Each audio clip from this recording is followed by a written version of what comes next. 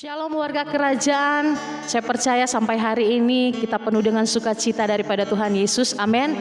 Apapun yang kita hadapi sampai hari ini, percayalah bahwa Tuhan Yesus hadir di tengah kita. Tuhan Yesus selalu ada buat kita, amin. Mari tundukkan kepalamu, kita satukan hati, kita berdoa. Bapa, dalam nama Yesus Tuhan, pada hari ini Tuhan kami bersyukur Engkau selalu hadir di tengah kehidupan kami. Bahkan dalam setiap musim kehidupan kami, Engkau ada. Terima kasih Bapa, terima kasih Tuhan Yesus atas pemeliharaan-Mu yang sempurna bagi kami. Saatnya kami mau mempersembahkan pujian dan penyembahan hanya bagi Engkau. Biarlah nama-Mu yang dipuji dan ditinggikan. Terima kasih ya Yesus Tuhan. Haleluya. Amin.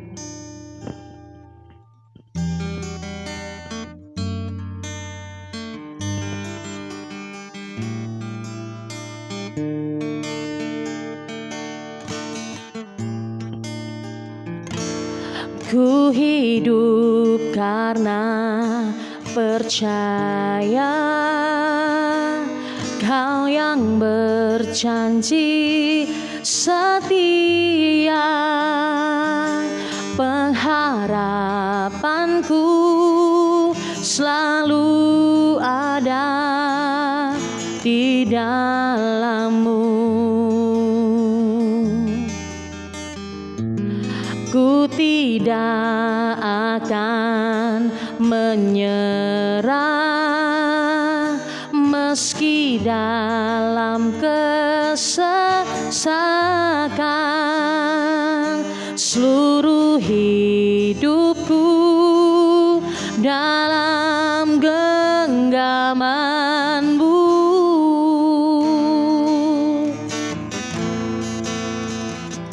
Aku punya Tuhan yang besar, yang telah berjanji dan sanggup menggenapi.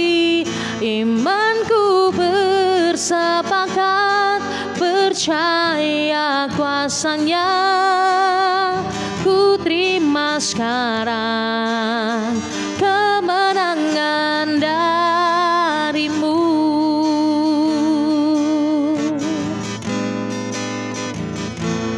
Ku hidup karena percaya Kau yang berjanji setia. Pengharapanku selalu ada di dalam-Mu. Ku tidak akan menyerah meski dalam kesesakan. Seluruh hidupku dalam genggaman-Mu.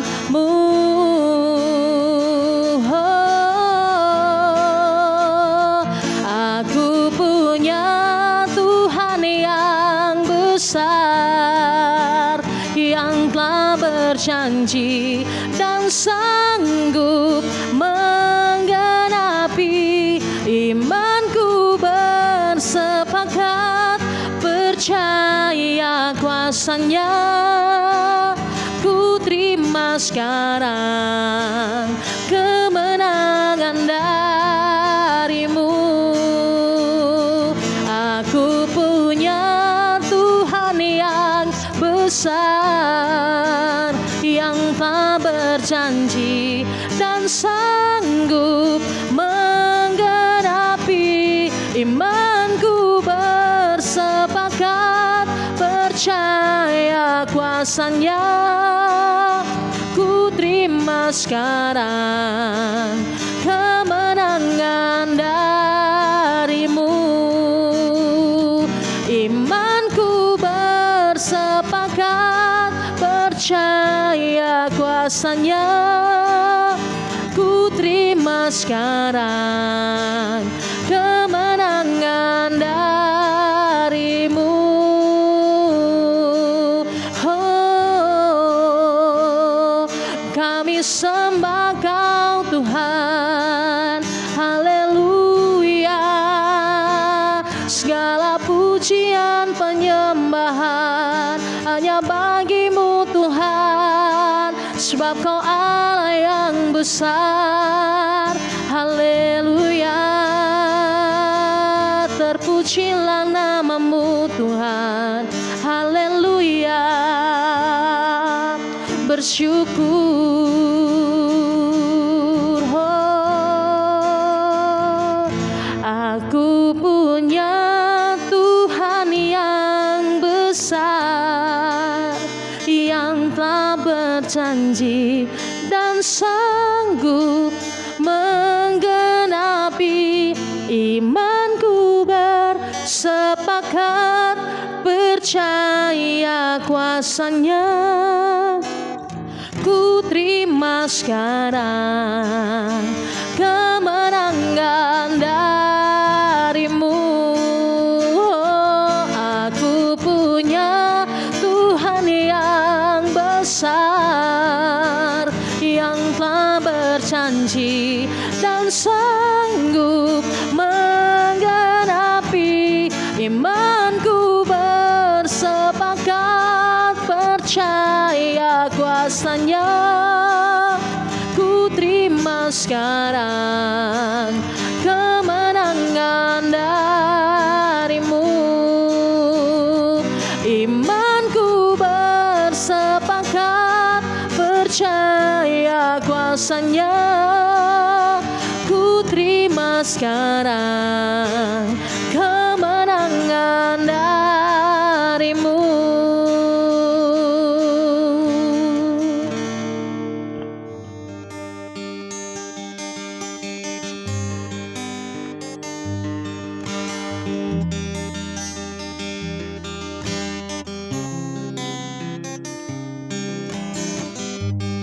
Ku menyembah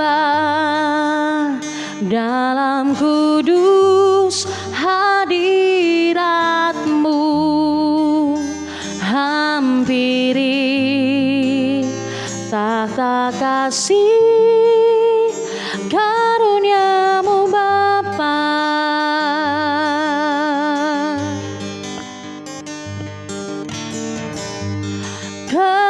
Kekuatanku hanya dalam hadirat-Mu, Yesusku. Hanya Kaulah segalanya.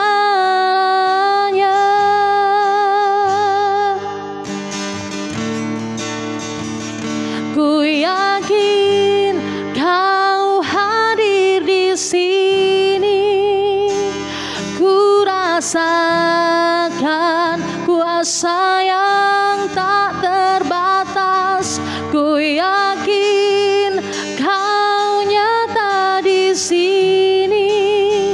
Kemenangan terjadi di sini.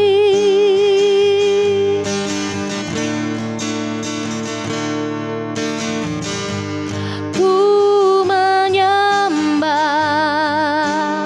dalam kudus hadirat-Mu, hampiri tahta kasih karunia-Mu Bapa.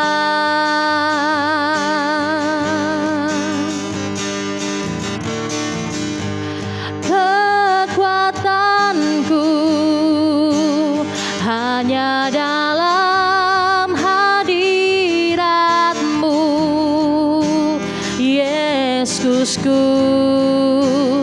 Hanya Kaulah segalanya.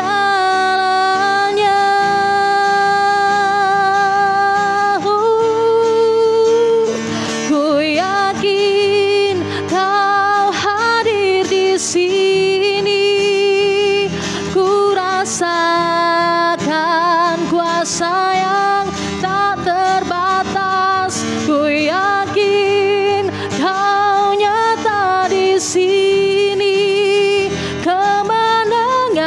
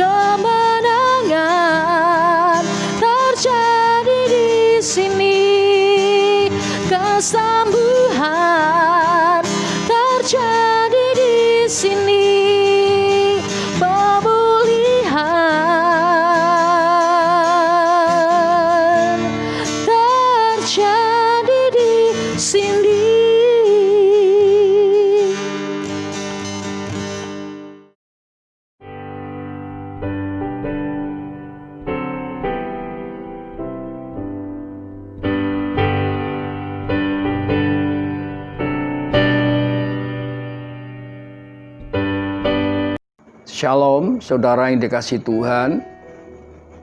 Biarlah kasih karunia Bapa semakin hari semakin melimpah di tengah-tengah kita pada saat ini. Selamat berjumpa di dalam Perenungan Gembala yang bertemakan berhikmat di masa sulit. Bapak Ibu Saudara sekalian yang terkasih, sebelumnya mari kita akan berdoa. Bapa yang baik, nyatakan kehendak-Mu atas langkah kami ke depan. Sebagaimana ya Tuhan, di masa-masa sulit ini kami menemukan hikmat-Mu untuk kami boleh melangkah dengan pasti bersama-Mu, sehingga kami mengalami kemenangan. Terpuji nama Tuhan, haleluya, amin. Saudara yang dikasihi Tuhan, dalam pengajaran kita malam ini, pada saat ini, kita akan landasi dengan firman Tuhan yang kita ambil dalam Pengkhotbah pasal 11 ayat 1-8. Dengan tema yang ada dalam Alkitab yaitu pedoman-pedoman hikmat. Tetapi pada saat ini kami akan bacakan kepada Bapak Ibu Saudara kasih Tuhan ayat yang pertama sampai yang keempat saja. Ayat pertama dikatakan, lemparkanlah rotimu ke air, maka engkau akan mendapatkan kembali lama setelah itu. Berikan kebahagiaan pada 7 bahkan kepada 8 orang, karena engkau tidak tahu malapetaka apa yang terjadi di atas bumi. Bila awan-awan syarat mengandung hujan, maka hujan itu dicurahkan ke atas bumi. Dan bila pohon tumbang ke selatan atau ke utara, tempat pohon itu jatuh, di situ ia tinggal terletak. Siapa senantiasa memperhatikan angin tidak akan menabur, dan siapakah yang senantiasa melihat awan tidak akan menuai. Nah, apa maksud daripada penulisan puisi dari si penulis ini? Saya menemukan hikmat bagaimana seorang yang memiliki harta dan kekayaan yang tepat untuk menginvestasikan harta kekayaan itu pada masa-masa sulit. Bapak Ibu Saudara yang dikasihi Tuhan, memang di masa-masa sekarang, masa sulit, tidak mudah untuk kita bisa mempercayakan, menginvestasikan keuangan kita kepada seseorang atau memberi kepada seseorang. Karena banyak orang pandai, tetapi sedikit orang yang bisa dipercayai. Oleh karena itu saudaraku yang dikasihi Tuhan, mungkinkah kita menemukan orang-orang yang bisa dipercayai? Saya percaya ketika hikmat Allah menyertai kita, Tuhan akan tunjukkan orang tertentu. Karena ada seseorang berpendapat, justru dipercaya keuangan, orang semakin tidak bisa dipercaya dan uang itu malah berkurang.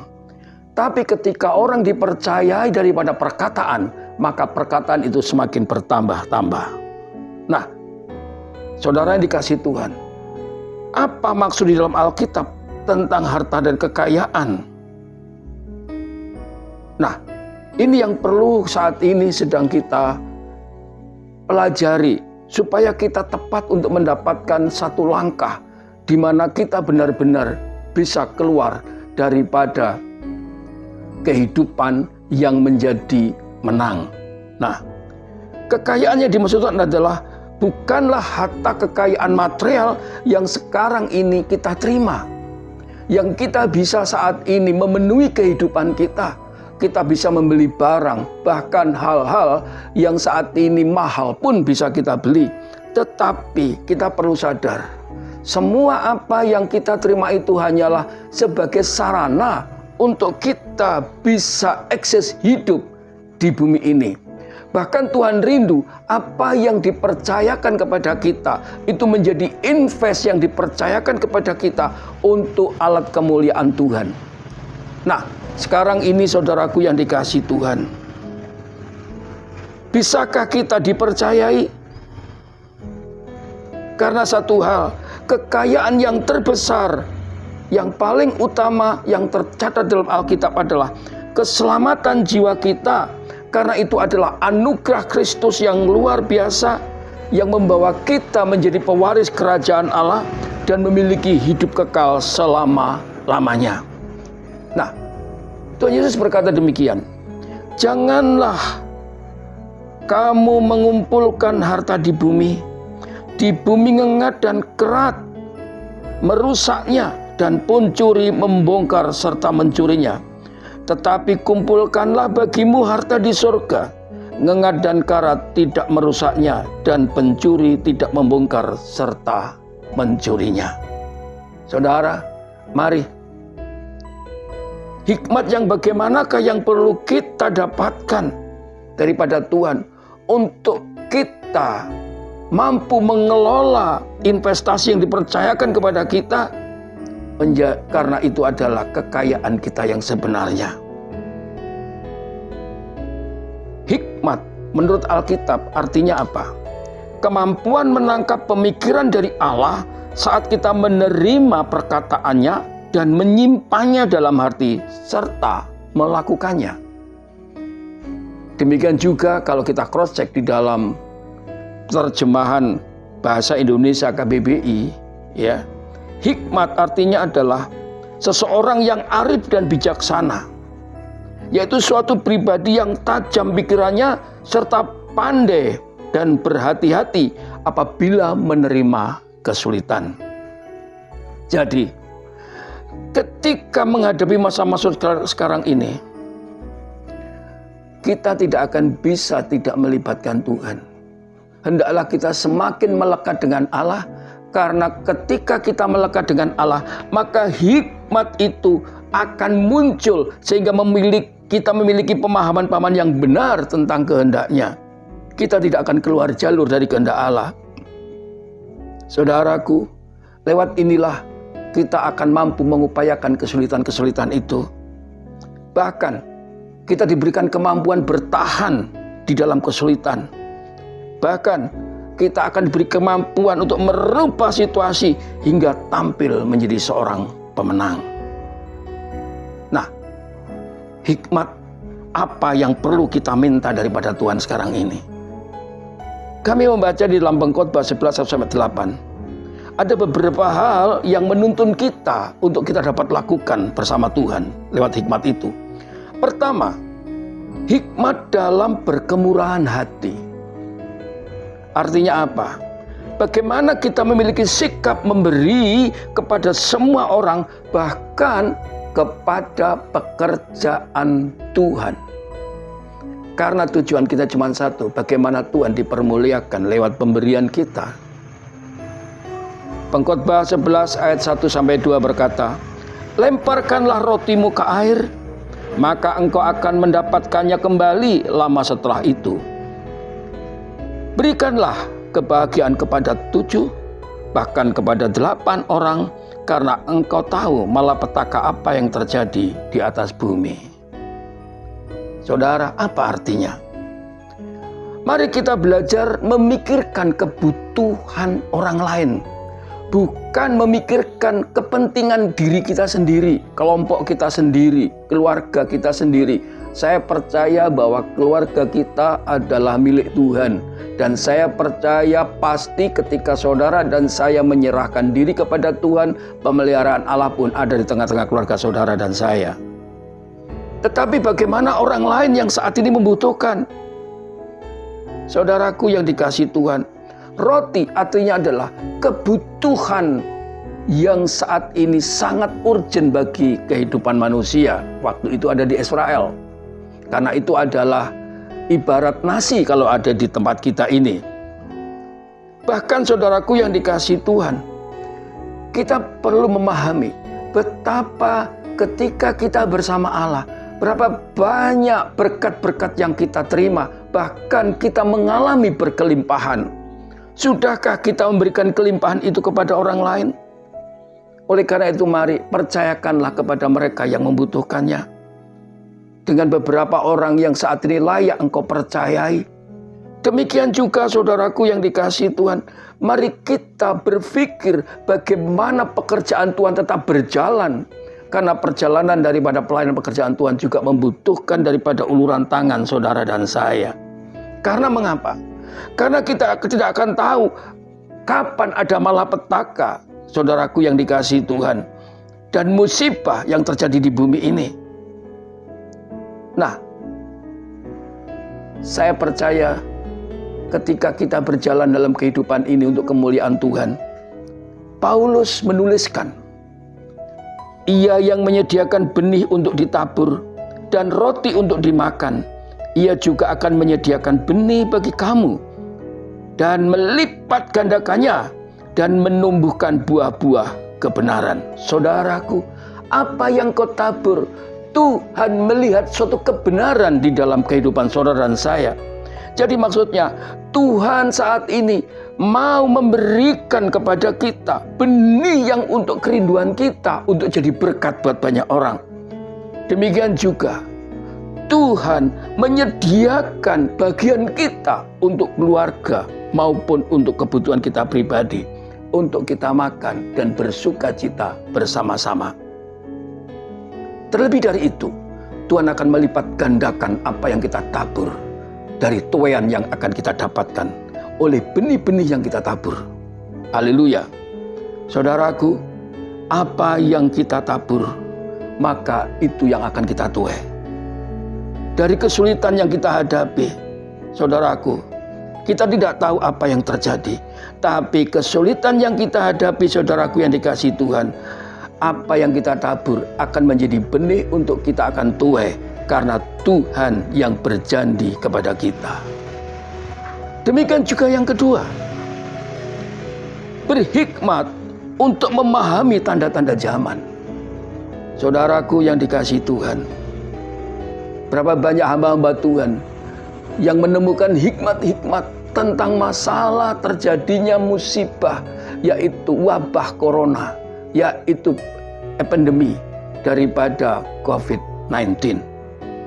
Di dalam Pengkhotbah pasal 11 ayat 3 sampai ke 5. Bila awan-awan syarat mengandung hujan, maka hujan itu dicurahkan ke atas bumi. Dan bila pohon tumbang ke selatan atau ke utara, di tempat pohon itu jatuh, di situ ia tinggal terletak. Siapa senantiasa memperhatikan angin tidak akan menabur, dan siapa senantiasa melihat awan tidak akan menuai. Saudara, Tuhan punya maksud bahwa anak-anak Allah, orang yang percaya kepada Dia dalam kesulitan akan dibawa menjadi naik, bukan turun. Oleh karena itu, ketika kita berjalan bersama Allah, hikmat dan pemahaman tanda-tanda zaman itu menyertai kita. Mari kita memikirkan apa yang terjadi setelah terjadinya epidemi COVID-19 ini. Nah, lihat dan berpikir hal-hal yang baik yang kita alami selama PSBB, saudaraku, dan keadaan bumi ini, saudaraku, mengalami perubahan. Haleluya. Bumi akan terus berputar dan keadaannya akan selalu berubah. Dan manusia pun memiliki budaya yang berubah pula. Haleluya. Mari kita evaluasi pada masa pandemi COVID-19 hari ini. WHO mengumumkan bahwa virus COVID-19 tidak akan hilang. Oleh karena itu, saudaraku yang dikasihi Tuhan, Bapak Presiden kita menyampaikan untuk bisa hidup berdampingan dengan COVID-19 tersebut, maka kehidupan kita juga harus berubah. Saudaraku, bagaimanakah cara kita bisa berdampingan dengan virus ini, saudaraku yang dikasihi Tuhan? Tetapi ada satu hal yang perlu kita saat ini renungkan dari apa yang sudah kita lakukan pada masa PSBB. Perubahan kebiasaan yang dilakukan oleh kita dan semua orang-orang dunia dikala menghadapi PSBB. Maka ada perubahan-perubahan. Bagaimana manusia mulai berpikir tentang kebersihan. Contohnya lewat cuci tangan. Demikian juga soal berkomunikasi. Kegiatan keluar sangat dibatasi jika tidak perlu. Soal sopan santun, bagaimana kita pakai masker untuk batuk, untuk berbicara, kita dibatasi. Soal kesehatan, bagaimana kita harus memikirkan kesehatan kita untuk makan bergizi, bahkan harus berjemur di sinar matahari. Saudara, terlebih dari itu, kita tidak sadar dalam ketika kumpul berkeluarga, karakter kita ini dibangun di dalam perjumpaan itu. Yaitu apa? Dibentuk menjadi hubungan keluarga yang baik. Menjadi disiplin, taat, ketika melakukan protokol kesehatan. Saudara, kita tidak bisa lagi mengharapkan, saudaraku, seperti keadaan yang masa lalu. Kita tidak bisa mengharapkan daripada kebiasaan-kebiasaan kita yang lama. Jika kita tetap, saudaraku, melakukan cara-cara kita yang lama, maka kita tidak akan menemukan hasil yang signifikan untuk menghadapi masa-masa yang sulit ini. Karena Tuhan sudah membawa kita pada satu budaya baru, suasana baru, saudaraku. Haleluya. Jadi mari kita berpikir dan bertindak memakai kebiasaan-kebiasaan yang baru, bukan yang lama. Kita harus mulai mencari jalan dan terobosan baru. Haleluya. Cari terobosan baru. Demikian juga lewat cara kerja kita, cara membangun keluarga kita, cara kita membangun pelayanan gereja dan lain-lain. Saudara, sebab Tuhan hari ini sedang membuat pertumbuhan setiap manusia. Haleluya. Saudara dan saya, mari siapkan dirimu diubah, dipertumbuhkan oleh Tuhan. Berubahlah dalam pembaharuan budimu. Haleluya. Saudara, yang ketiga, berhikmat dalam menggunakan kesempatan yang ada. Mari, kesempatan apa yang saudara sedang lihat hari ini? Pengkhotbah 11 ayat yang ke-6 dikatakan, taburkanlah benih pagi-pagi hari, dan janganlah memberi istirahat pada tanganmu pada petang hari, karena kamu tidak mengetahui apakah ini atau itu yang akan berhasil, atau kedua-duanya sama-sama baik. Nah, maksudnya, gunakan dan manfaatkan kesempatan yang telah ada lewat kecerdasan dan kesungguhan hati kita untuk mengerjakan. Artinya apa? Ketika kita menabur benih dengan tanpa pertimbangan waktu, sebab kita tidak tahu berhasil atau tidak. Demikian juga kita meningkatkan semakin hari percaya dan memberi hikmat, yaitu Tuhan yang saat ini murah dengan karunia-Nya semakin dilimpahkan kepada kita. Dan saat itu juga biarlah kemuliaan Allah dinyatakan. Haleluya. Saudaraku, ketika kita bergerak dalam kasih karunia Allah, maka ada satu sukacita yang saat ini boleh kita kerjakan. Karena apa? Yang kita kerjakan bukan hanya untuk kita, tetapi untuk kita persembahkan sebagai ibadah yang berkenan kepada Allah. Ini waktunya bukan kita saat ini berdiam diri. Kita tidak bisa melakukan kebiasaan lama, tapi harus berubah dan bekerja. Berubah dan bekerja. Apa arti bekerja? Dalam bahasa Ibrani artinya adalah abodah. Yang dalam bahasa Indonesia adalah melayani. Yaitu bersikap pelayanan kepada seseorang yang berstatus lebih tinggi, yaitu kepada Tuhan. Sehingga hasrat kita untuk melayani, hasrat kita untuk bekerja, maka gairah untuk tekun, untuk menjadi pribadi yang ulet dan jujur menjadi bagian, dan itu merupakan sukacita kita, bukan pekerjaan itu sebagai beban. Dan semua tugas dan kewajiban dilakukan dengan sukacita, dan kami percaya damai sejahtera dan kemuliaan Allah menyertai kita. Saudaraku yang dikasihi Tuhan, di dalam Yohanes pasal 9 ayat yang keempat dikatakan, kita harus mengerjakan pekerjaan Dia yang mengutus aku selama masih siang. Akan datang malam di mana tidak ada seorang pun yang dapat bekerja. Mari saat ini tak seorang pun lemah untuk tidak bekerja. Biarpun di masa sulit ini, hikmat Tuhan ada pada saudara dan saya, Dan kami percaya, biarlah hikmat itu boleh kita taat untuk mengerjakannya. Dan lewat hikmat itu mari kita bergairah semuanya untuk ibadah kita kepada Tuhan. Karena Allah menyertai kita dan saya percaya Tuhan memberkati setiap langkah kita. Haleluya. Amin. Mari kita berdoa. Bapa yang baik, kami mengucap syukur. Terus nyatakan hikmat-Mu untuk kami menembus daripada masa sulit ini. Dan kami percaya Engkau memberkati langkah kami. Engkau akan tampilkan kami menjadi pemenang dan bukan pribadi yang kalah. Terpuji nama Tuhan. Haleluya. Amin.